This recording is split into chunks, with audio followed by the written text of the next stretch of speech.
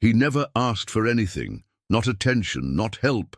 He just sold mints outside the courthouse, quietly, every day. The judge, who seemed to ignore him, was the only one who truly saw him.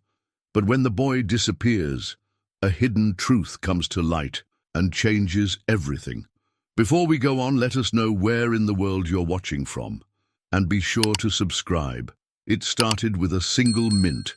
Every morning at precisely 7:45 a.m., a boy appeared at the courthouse steps of Lexington County. He was always early, always alone. His frame was thin, almost frail, as if the air itself had been rough on him. Dressed in a faded hoodie, 2 sizes too big, and scuffed sneakers that whispered their age, he held a small cardboard tray, duct-taped at the corners, filled with individually wrapped mints and butterscotch candies. He never called out, never made a scene. He simply stood to the right of the courthouse entrance, silent as the marble lions that guarded the building, eyes low but observant. Some passed him without noticing, others glanced and looked away. A few muttered something about truancy, though no one ever stopped to ask his name, except Judge Franklin Moore. Franklin was 62 years old. His once black hair was now the color of courtroom paper, faintly yellowed, slightly brittle. His shoulders were squared, his steps measured, his gaze heavy. Known in the region for his unwavering application of the law, Moore had built a reputation that bordered on myth, the man who gave no second chances, the judge who never cried. But every morning he bought a mint. No words, just a nod, the quiet crinkle of a dollar bill, and the boy's small hand slipping a candy into his palm. It became ritual. Every weekday, rain or shine, the boy was there. And so was Moore. The courthouse staff noticed, of course.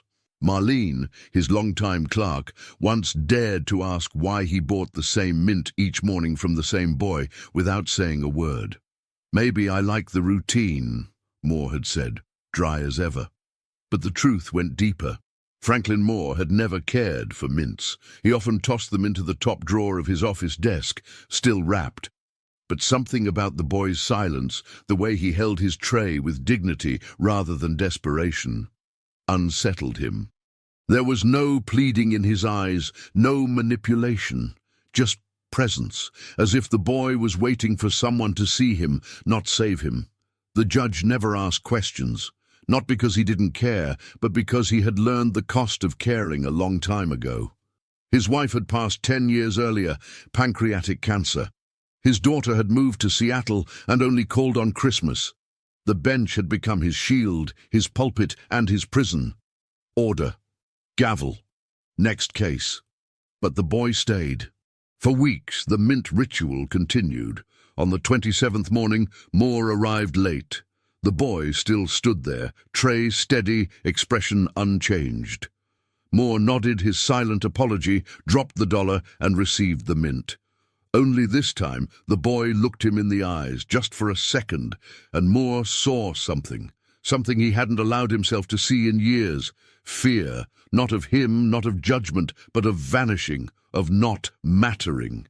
That night, Moore opened his drawer and unwrapped one of the candies for the first time. As he popped it into his mouth, a folded slip of paper fell out from the wrapper. He squinted at the handwriting. Tiny, precise. "You're the only person who looks at me." He frowned, checked another wrapper. Nothing. Another. Nothing. Then, finally, in the 5th one, another message. "Sometimes I sleep behind the library. Not every night. Just when the noise at home gets too loud." Moore's hand froze mid-air. He checked the rest. Empty wrappers, clean. The next morning he said nothing. The boy said nothing. But Moore bought 2 mints. On Friday, the boy wasn't there, nor the next Monday, Tuesday, Wednesday, gone. The courthouse staff shrugged it off. "One less stray," someone muttered. "Probably ran off or got caught." Moore didn't reply, but each morning he checked the steps anyway. The tray, the hoodie, the silence, all gone. It wasn't until the following week, on a rainy Thursday morning, that Franklin Moore found the name. It was printed on the docket of his 9 a.m. emergency hearing. Case Jersey 3146, Juvenile Placement Review, Darnell Hayes, age 11. He felt it in his chest before he read it aloud, like a pin had been driven quietly through his ribs. The hearing room was empty when he entered. Just the bailiff and a social worker typing notes. Moore sat behind the bench, but he didn't raise his gavel. His eyes scanned the boy's file. Neglect, repeated absences from school, anonymous tip, removed from home 3 days ago, foster placement pending. Then he read the incident report. Child found with small tray of candy and $6.43 in pocket. Refused to give home address. Social worker confirmed bruises on upper left arm, consistent with adult grip force. Child declined to name any family members. At the bottom of the file, clipped to the intake form, was a small, clear bag of mints. Moore stared at them for a long time. He reached into his own drawer and removed the wrappers he hadn't thrown away. One by one, he unfolded each scrap. 2 more messages he hadn't seen before. Sometimes I wish I could ask for help, but no one likes needy kids. I tried not to take up space. Moore's hand shook slightly as he set the notes down. That morning, he didn't just hear the case. He stepped into it. The room remained silent after the reading of the file. Judge Moore sat still, his hand resting gently on the closed folder, but his mind moved in spirals. For the first time in a long while, he didn't know what to say, not as a judge, not as a man. The social worker cleared her throat politely. Your Honor, Darnell has been temporarily placed with a state-certified emergency foster provider. He's not speaking much, barely eats. We have a school psychologist evaluating for trauma-related responses, but she hesitated. We're concerned about long-term placement. His file has no prior support systems, no known relatives on record. Moore nodded slowly. His voice, when it emerged, was lower than usual. Is he here today? Yes, sir, in the hallway. Moore removed his glasses, resting them on the desk. Bring him in. No bailiff needed. Let him walk in on his own. The social worker blinked. That was unusual. Understood. A moment later, the heavy door opened. Darnell stood in the doorway.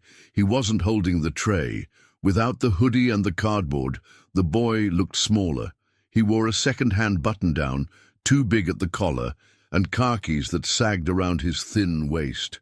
His hands were tucked in his sleeves, his posture slouched like he was bracing for something. Not out of rebellion, but protection. He didn't make eye contact.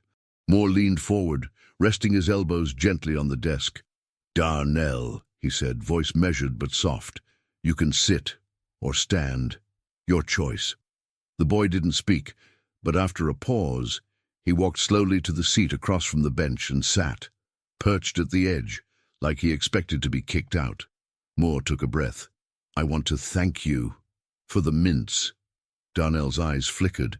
Barely, but it was there. I didn't buy them because I needed candy, Moore continued. I bought them because someone once told me that small routines can keep us anchored, even when we feel like everything else is floating away. Silence. Then, I wasn't floating, the boy said, his voice nearly a whisper. I was disappearing. Moore's throat tightened.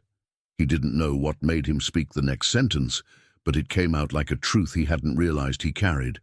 I know what that feels like. That stopped Darnell. For the first time he looked up.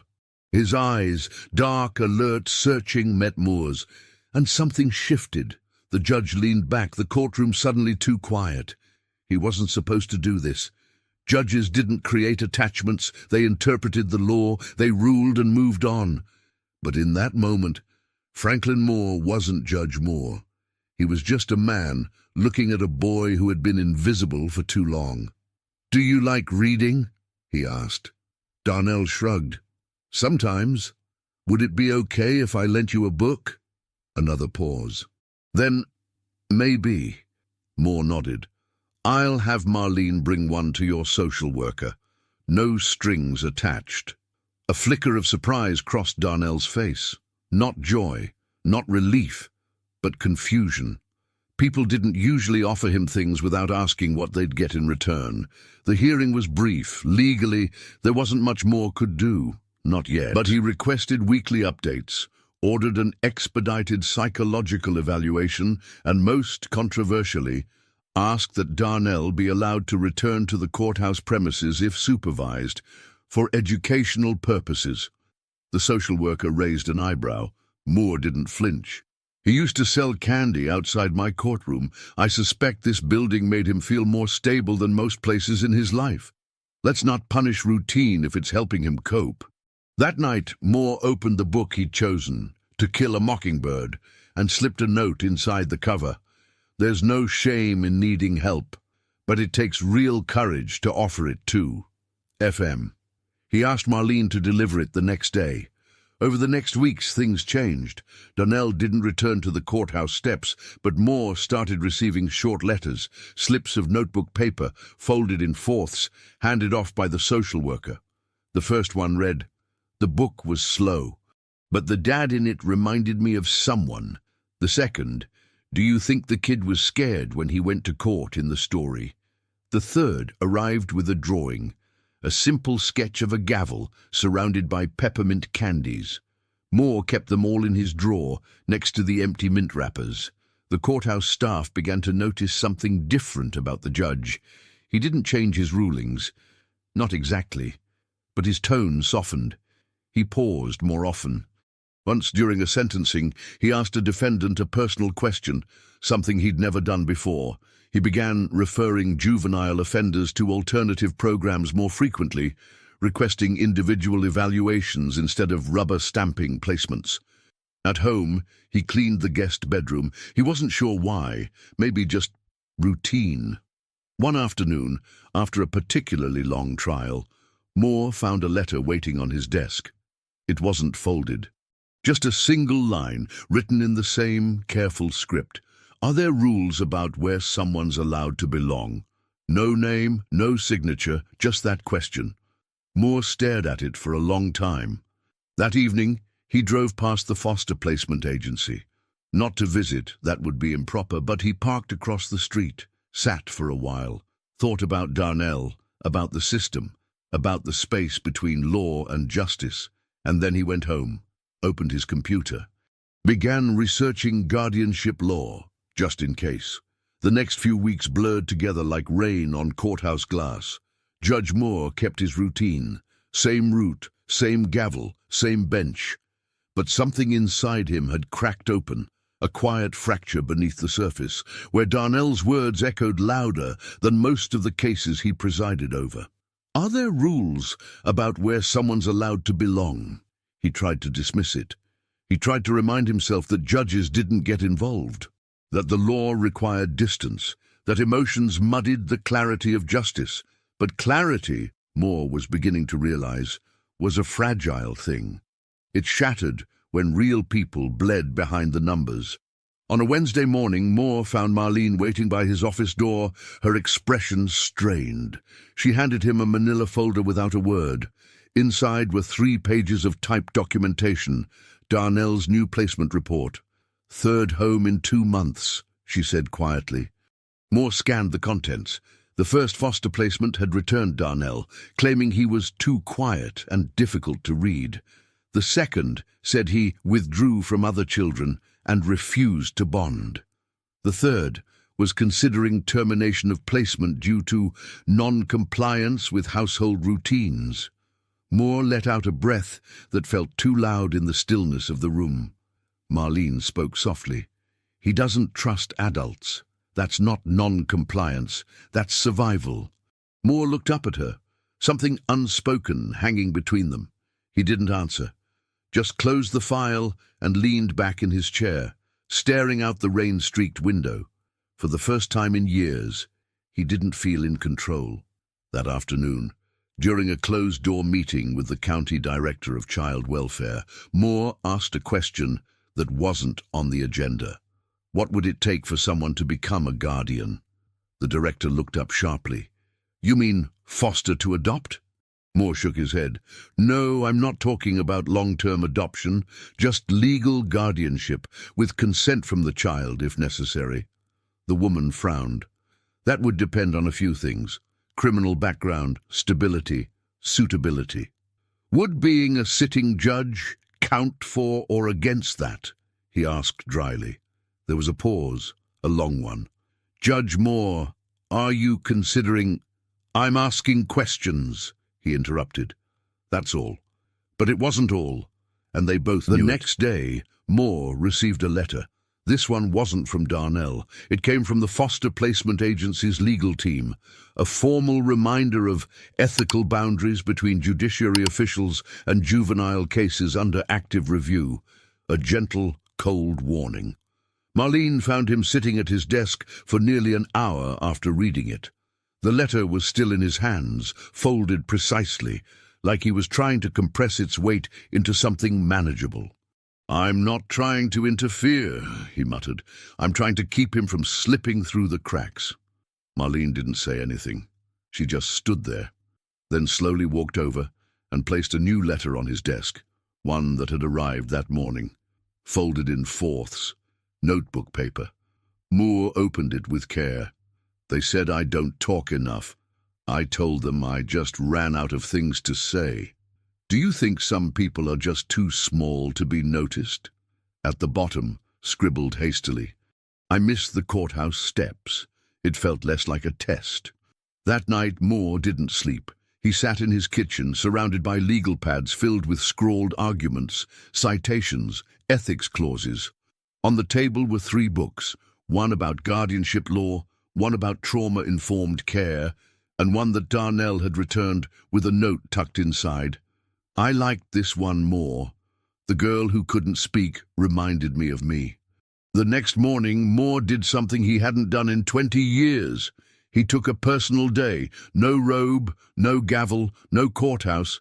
Instead, he drove to the agency. He didn't ask for Darnell. That would be too direct. Instead, he left an envelope for him. Inside, a mint still wrapped, and a note that read, "You are not too small, and I'm still here." But even resolve has its limits. The system has a way of punishing those who step outside the invisible lines. The next week, Moore received a call from the Chief Judicial Oversight Board. A complaint had been filed. He was being accused of inappropriate emotional involvement with a juvenile case. The file was flagged for reassignment. He would be temporarily removed from the case pending review. Moore said nothing during the call, just listened, then quietly hung up. He sat at his desk for a long time. No letters came that day, no drawings, no candy wrappers, just silence. He opened the drawer and looked at the stack of folded notes. The one on top, the very first, read, "You're the only person who looks at me." He closed the drawer and stood up. That night, he didn't go home. He drove to the library, the one Darnell had mentioned in one of his earliest notes. Behind the building, past the dumpsters, there was a narrow alcove. Dry, half-covered, barely visible. A makeshift shelter, old blankets, a cracked tray, an empty mint wrapper. Moore crouched down, ran his fingers along the concrete. He wasn't supposed to be here. He wasn't supposed to care. But something in his chest told him the rules didn't matter anymore, not when children were being treated like paperwork. The next morning, Moore sat at his desk and wrote a letter, addressed not to the oversight board, not to the legal team, but to Darnell. You are not hard to love, and you are not invisible here. If you ever want a place to belong, there will always be a chair for you, whether or not I wear a robe. He folded the note, placed it in a new mint wrapper, and waited. The courthouse felt colder without the case. Judge Moore had been reassigned, officially to preserve impartiality, the oversight board claimed. Unofficially, it was a warning shot, a reminder. Even judges have leashes, but Moore was too old for leashes. For the first time in his career, he no longer feared consequences.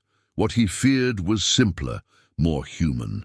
He feared forgetting the quiet boy with eyes that never begged, forgetting the notes that asked for nothing but to be seen, forgetting that his silence once met another silence and called it home. He still sat on the bench, still heard cases, still wore the robe, but part of him remained elsewhere, on the courthouse steps, where no one waited anymore. It was a Thursday afternoon, when everything broke open. Marlene entered his chambers, face pale. "There's a situation." Moore looked up, heart already beating faster. "They found Darnell," she said. "He ran away from his 4th placement. Police picked him up this morning, trespassing at the library. He had a tray of candy with him." Moore stood before she finished. "Where is he?" "In holding," she said carefully. "They're classifying him as a repeat runaway. The juvenile court is fast-tracking placement into a group home." Moore didn't ask permission. He left the building and walked 3 blocks to the precinct. The officer at the front desk barely looked up. "Only authorized parties." "I'm Judge Franklin Moore." The words stopped the air. 10 minutes later, he stood outside a narrow holding room. Through the small square window in the door, he saw Darnell, knees drawn to his chest, hoodie back on, tray beside him, empty now. Moore opened the door. The boy didn't look up. Moore sat on the floor beside him. For a while neither spoke. Then Moore said, "They told me you were gone." Darnell shifted slightly. "I was tired of houses where no one waited for me." Moore nodded. "I was tired of courtrooms where no one listened." A pause, the tray between them. "Did you sell any?" Moore asked, nodding at the candy. Darnell shook his head. "Didn't have change, just wanted to feel like I belonged somewhere again." Moore reached into his coat, pulled out a single mint, wrapped. He placed it in Darnell's hand. No words. Darnell's shoulders trembled, but he didn't cry, just held the mint like it was something sacred. "I can't promise it'll be easy," Moore said, "but I filed the paperwork." Darnell looked up. "For what?" "For a chance to prove that rules aren't more important than people." Silence. Then quietly, "You're not supposed to do that. You could get in trouble." Moore smiled. "I'm not supposed to care, but I do." The next few days moved fast. Headlines appeared in local media. "Judge intervenes in child placement case." "Mint seller at courthouse finds unlikely ally." The Oversight Board launched an official inquiry. Moore was summoned for a hearing. He didn't deny anything. He brought the tray, the wrappers, the letters. He read each one aloud to a silent room of suits and procedure. When they asked why he got involved, he answered, "Because if I can sentence a man to 20 years for theft, but I can't protect a child who never stole anything but a chance to breathe, then I've misunderstood the law." The room fell silent. No one had a rebuttal for that. 3 weeks later, a final decision arrived. No penalties, a formal warning, case closed. But that wasn't the moment that mattered most. That came on a Sunday, at Moore's front door. Darnell stood there holding a book, To Kill a Mockingbird, under one arm, and a piece of paper in the other, a court order granting Moore temporary guardianship. "You don't have to be my dad," the boy said. "I just want somewhere I can sit for a while without selling anything." Moore nodded. "Then sit. No charge." Darnell stepped inside. The hallway light caught the tray, now resting in the entryway, empty, retired. That night, they sat at the table. 2 plates, 2 forks, a small bowl of mints between them. No fanfare, no applause. Just the soft sound of belonging. Life didn't change overnight. There were no confetti parades, no sudden cures for loneliness or bureaucratic cruelty. But some things, the quiet ones, shifted in ways that mattered more. Darnell didn't speak much during his first month living with Moore. He was polite, observant, always cautious, like someone still waiting to be asked to leave. He folded his clothes with care, always washed his plate, and placed a mint at Moore's spot every morning. The first time he laughed, it startled them both. They were watching a courtroom drama on television, one that got every legal detail wrong, and when the actor shouted, "Objection!" for the 4th time in 30 seconds, Darnell snorted mid-sip and spilled orange juice on the floor. He looked horrified. Moore simply handed him a towel and smiled. Courts adjourned. From that day forward, the ice cracked a little more. Moore began leaving his robe at the courthouse, wearing cardigans and rolled-up sleeves at home. He started cooking again. Nothing fancy, just stew and grilled cheese and overcooked spaghetti. They talked in fragments, baseball scores, candy flavors, books. Eventually, Darnell told him about the nights behind the library, the sounds that kept him awake, the adult voices that made him flinch, the feeling of fading into nothing. Moore never pried, just listened. He told Darnell about his wife, the woman who used to dance barefoot in the kitchen while the pasta boiled, about his daughter and the letters she wrote from Seattle, about the first time he wore the black robe and how it had made him feel too big for his own skin. "I thought being a judge would make people listen to me," he said once. "Turns out I needed to listen more myself." Darnell nodded but said nothing. Some truths only echo. News of their unusual household trickled through the town. Some neighbors approved quietly, others murmured disapproval behind closed doors. One particularly sour man on the city council even wrote a letter to the editor about blurry ethical lines and dangerous precedents. Moore pinned it to the fridge. Next to it, he posted Darnell's newest drawing. 2 stick figures on courthouse steps, one holding a tray, the other a mint. Above it, in neat block letters, "Everyone belongs somewhere." Rosie's Diner added a new item to their menu. The courthouse mint stack, pancakes with peppermint syrup. A portion of proceeds went to a local fund for displaced youth. Marlene helped organize a book drive. Moore donated Darnell's extra copies. At the courthouse, some things softened. Judges asked more questions. Clerks looked up more often when children entered the building. Someone started leaving mints on the counter by the juvenile intake window. No one claimed credit. One morning, nearly a year after Darnell first stood with his tray, he came home with a letter in hand. "Wrote something?" he said, placing it on the table. "For English class." Moore unfolded the page. "Some people wear uniforms to be heroes. Others wear robes or aprons. But the real ones don't wear anything special. They just show up, day after day. And they look at you like you matter, even when you don't believe it yourself. That's what home feels like someone seeing you and not turning away." Moore didn't say anything for a long time. Then he reached into the mint bowl between them and offered one up. Darnell took it, unwrapped it, smiled. And so the boy who sold mints to be seen became a boy who no longer had to. The judge who ruled from distance became a man who chose closeness. And what began as a silent transaction on a courthouse step became something larger than either of them. A reminder that sometimes the smallest act, a dollar, a candy, a moment of eye contact, can save someone, not with grand gestures, but with quiet consistency, with dignity offered freely, with presence instead of pity. If this story moved you in any way, like this video, subscribe to our channel and explore more realistic, emotional stories that show how small actions can echo forever.